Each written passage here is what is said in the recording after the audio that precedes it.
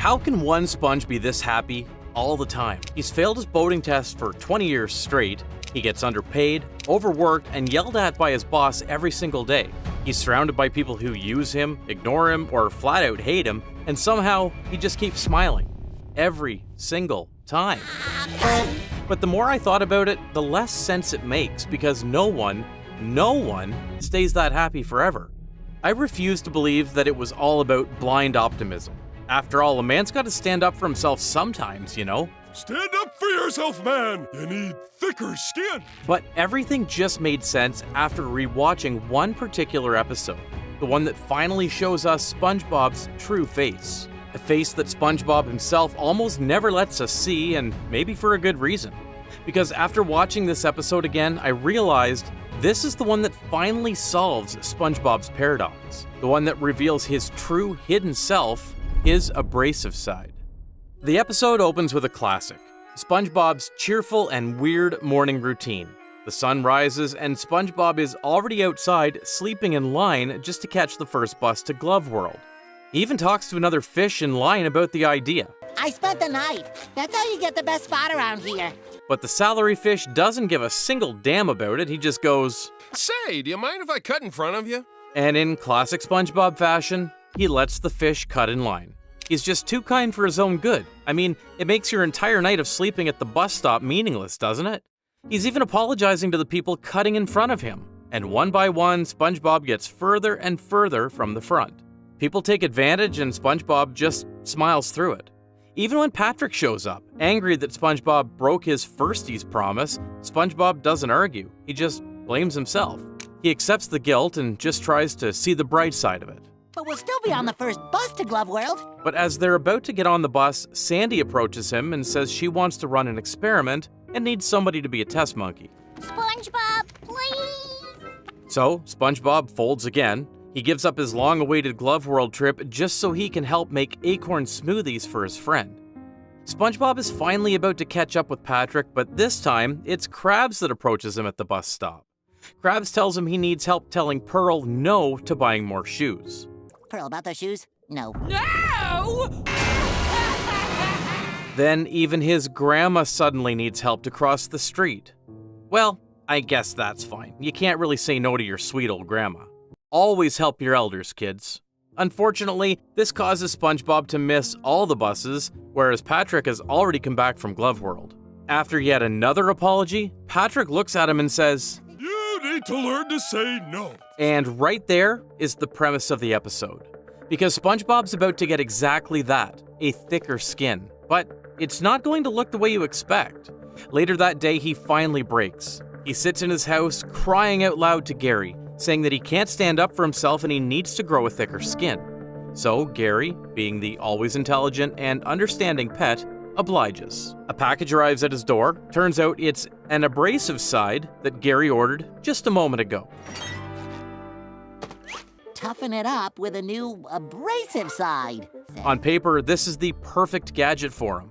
An attachment designed to make a sponge tougher to help scrub away people. So without hesitation, SpongeBob puts it on his back.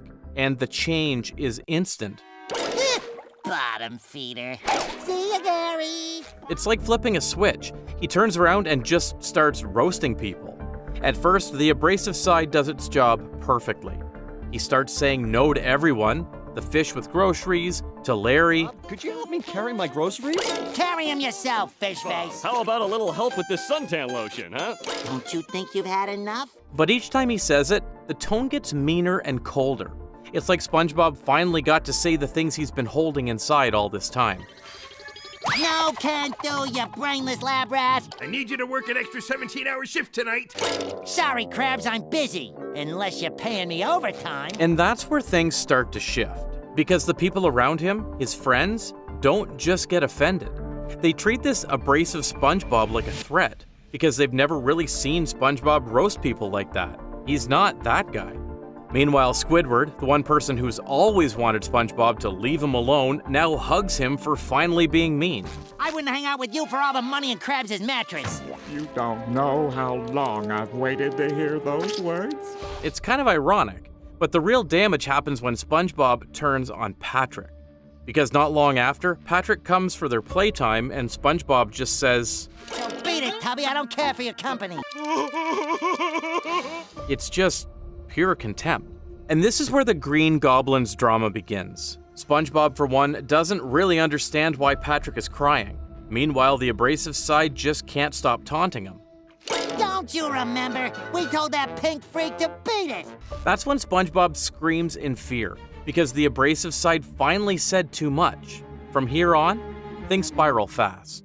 He tries asking Patrick for help, but Patrick is just too scared of getting roasted again. He's also been banned from the Krusty Krab for demanding fair wages. But luckily, Sandy actually listens to him despite what happened before and agrees to help. So SpongeBob braces for the impact and grabs onto something heavy, and Sandy starts to tear off his abrasive side. You crazy bushy-tailed rodent. Hey! Ow! To be honest, the scene feels more like an exorcism than a fix. But everything's back to normal again. SpongeBob's sweet again, soft again, harmless again. Everyone's relieved. But the last scene says something else. It ends with the patch, the abrasive side, being mailed back to its sender, only for it to attach itself to someone else, SpongeBob's grandma. Make your own hot cocoa. I am busy. The ending feels a little unsettling, doesn't it? Because if you really think about it, that whole story barely makes any sense. SpongeBob's abrasive side wasn't a villain, it was him all along. It spoke like him, thought like him, even remembered things he didn't want to admit. It's almost like the patch just showed us something he's been hiding. But what's this really about?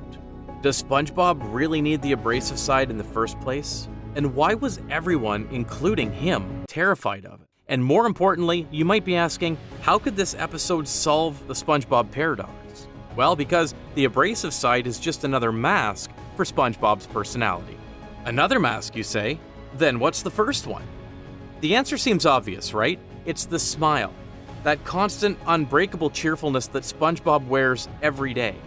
As I said before, the plot for this episode didn't really have a moral story. Or it did have a moral story, just one that was a bit messed up.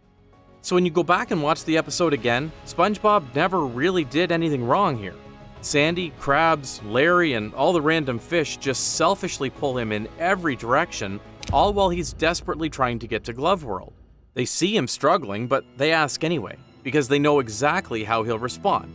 SpongeBob will say yes. We've seen this version of him for years, the one who keeps his cool no matter what happens. He fails his boating test hundreds of times, gets yelled at every single day, is constantly roasted by Squidward, and still wakes up every morning shouting, "I'm ready!" We just kind of accept it as his identity, that his entire existence revolves around being cheerful. But if you take a closer look, his positivity doesn't look like normal optimism. Optimism, real optimism, grows and bends with experience. It's messy, sometimes emotional, and sometimes involves denial. But SpongeBob's version rarely bends, if at all. It's like he's on a mission, one he simply can't change. And if that sounds strange, think back to Abrasive Side. Everyone around him is so used to asking him to do any ridiculous thing that they want, because deep down they know that SpongeBob's happiness will stay intact however they abuse the poor guy. So they just panic the moment he stops being overly nice. That idea sounds pretty heavy for a kid's cartoon, but it fits disturbingly well. The whole show needs SpongeBob's optimism to function. So maybe SpongeBob understands that too. Maybe he knows on some level that he has to keep smiling, that his happiness isn't just a feeling, it's his job. You could argue that SpongeBob's constant, unshakable joy is kinda his plot device to some extent. In a town full of lunatics, you can't have a main character who is totally rational and anchored in logic. Otherwise, he would just complain about everything all the time. Then they might as well call the show Squidward Q Tentacles. Who lives in a monument under the sea? Jokes aside, it's an interesting point, but I'll talk about that more later in the video. For now, my point is, SpongeBob's never-ending optimism starts to make this whole situation feel a little less wholesome. Because when you look through older episodes, there are lots of subtle moments showing how aware SpongeBob actually is, unlike Patrick. SpongeBob has a lot of smarty-pants moments in the show. Change for this dollar. Do you want 4 quarters, or 10 dimes, or 20 nickels, or 100 pennies, or 1 quarter, 3 dimes, 7 nickels, and 10 pennies? Or if you give me a $5 bill, your options are... All right, goodbye. He's more than capable of doing complex math. He can do karate, like in Karate Choppers. He has a good sense of humor, enough to perform a stand-up session, like in Culture Shock. He's gifted in art and music, as we see in Unknown Artist and Band Geeks. What's even more mind-bending is that no ordinary guy would just turn up and claim the title of the best fry cook in town on his first shift, right?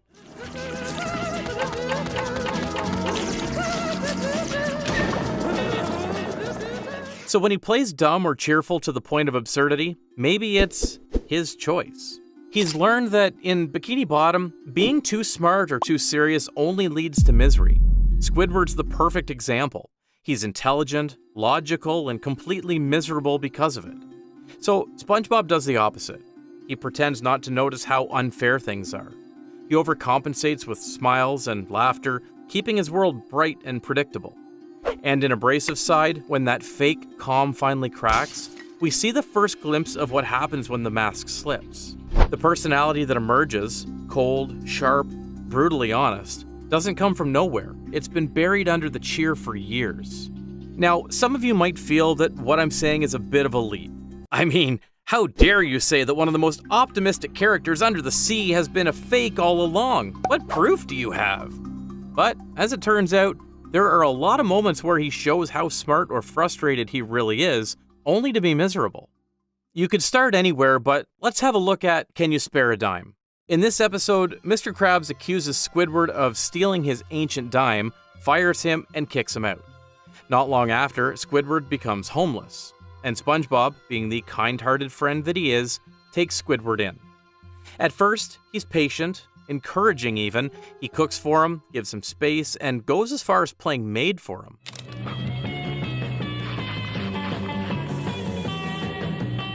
But as days pass and Squidward keeps taking advantage of him, the frustration starts to build.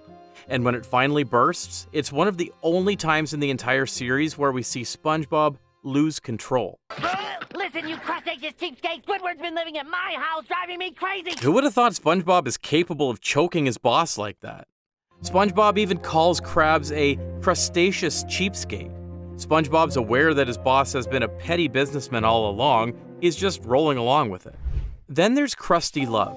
SpongeBob spends the whole episode helping Mr. Krabs impress Mrs. Puff, running errands, managing disasters, even cleaning up after the chaos. At first, he's polite, as always, until Krabs' indecisiveness pushes him too far. And suddenly, SpongeBob snaps again. You want me to run down to the store and buy Mrs. Puff something she doesn't need? He starts rambling in frustration, mocking Mr. Krabs for his fear, roasting him to his face for being weak and inconsistent. And let's not forget about I'm with Stupid. This time, SpongeBob wanted to help Patrick impress his parents by trying to make him look smart. But instead of helping, Patrick humiliates SpongeBob in front of them, pretending he's the idiot. The joke goes too far and SpongeBob finally breaks. He stops smiling, stops playing along, and throws himself through his own front door in despair. The audience laughs, of course, but it's one of the most honest reactions we've ever seen from him. He's trying to physically escape the humiliation. So I think SpongeBob's smart enough to understand the reality of this world, so he chooses to play it safe. He chooses stupidity, he chooses simplicity, he chooses to smile because the alternative is living like Squidward, intelligent, aware, and absolutely broken. That's why I said Abrasive Side really just shows his true nature that was hiding underneath. That tougher skin he puts on didn't give him new power to roast people, it only released everything he'd been suppressing. It was the moment SpongeBob stopped pretending. But the city couldn't handle that version of him, so, like every other time, SpongeBob himself forces a reset.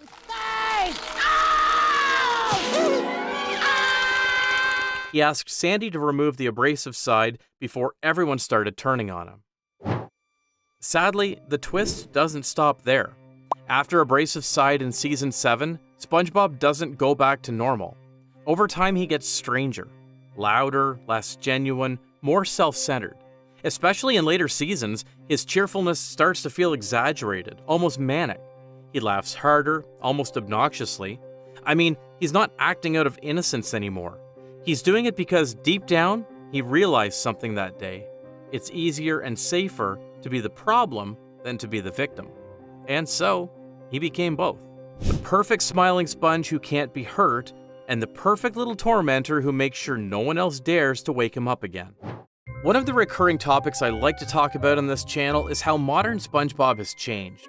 I've made some videos about it, and if you've watched them, you'll know how much I despise the theme of SpongeBob torturing Squidward in the later seasons. Episodes like Plain to See, Squid's Inc., and Squid Baby are the kind that make you stop and think, wasn't this guy supposed to be the nice one? And now, while we're on the topic, maybe it was SpongeBob's decision all along. When Sandy tears the rough side off him and abrasive side, SpongeBob screams. And sure, that could just be slapstick pain, but if you look at it symbolically, it's almost tragic. She's ripping away a piece of him that holds him back from his true nature, the side that gets angry, and the side that knows when he's being used. So when that piece is gone, something in SpongeBob changes. He smiles when Squidward suffers. He starts to toy with people instead of helping them.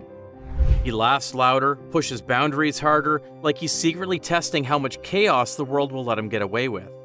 That's why after season 7, I think SpongeBob didn't really get dumber. Maybe he just got more comfortable playing the new role. He finally accepted what the abrasive side showed him. If the world is going to treat you like a fool, you may as well play the part, and have fun doing it. Again, I can already hear you guys screaming, what the hell? Now you're saying SpongeBob abused Squidward on purpose? But let me tell you, this isn't new behavior. SpongeBob has been playing this game since day one, only with a different approach. In season 1's The Paper, he spends an entire episode turning a worthless scrap of paper into a miracle of fun right in front of Squidward. He knows Squidward can't stand being left out, and he leans into it until Squidward trades away everything he owns. And just when Squidward finally breaks, Patrick strolls in, uses the paper to wipe off some gum, and the whole joke collapses on him. SpongeBob never apologizes once, he just smiles. What about that one time where Squidward pulls an April Fool's prank so humiliating to the poor guy that he basically gets cancelled for it? Only to find out later that it was all just a massive prank planned by the entire town, including SpongeBob. Then there's the camping episode, where he gaslights Squidward into baiting the sea bear with a sombrero, only to watch him get beaten repeatedly. Or in Squid's Day Off, where he makes Squidward think he's about to destroy the Krusty Krab, when Squidward isn't even there. The list could go on, but the point still stands. SpongeBob is gaslighting Squidward on purpose, making him think he's won, only to twist it back around. And what makes it worse is how calm SpongeBob is about it. He never looks evil doing it, just amused. Maybe that's why we never suspected him. It's almost poetic, isn't it? The happiest character in animation turns out to be the one who understands pain the best. That's the truth Abrasive Side accidentally exposed. It revealed the one who's always been there, just beneath the laughter. So, next time you see him grinning behind the grill, scrubbing floors for free, or singing about how wonderful life is, remember, he's planning something. And maybe deep down he's not keeping that smile for everyone else, he's keeping it for himself. Who knows? Well, there you have it. You came here looking for the episode that solved SpongeBob's paradox, and in a way, Abrasive Side did exactly that. It's funny, isn't it? How one episode could suddenly solve SpongeBob's entire existence in Bikini Bottom. Then again, just like Abrasive Side, there are lots of episodes that mark something important in this show.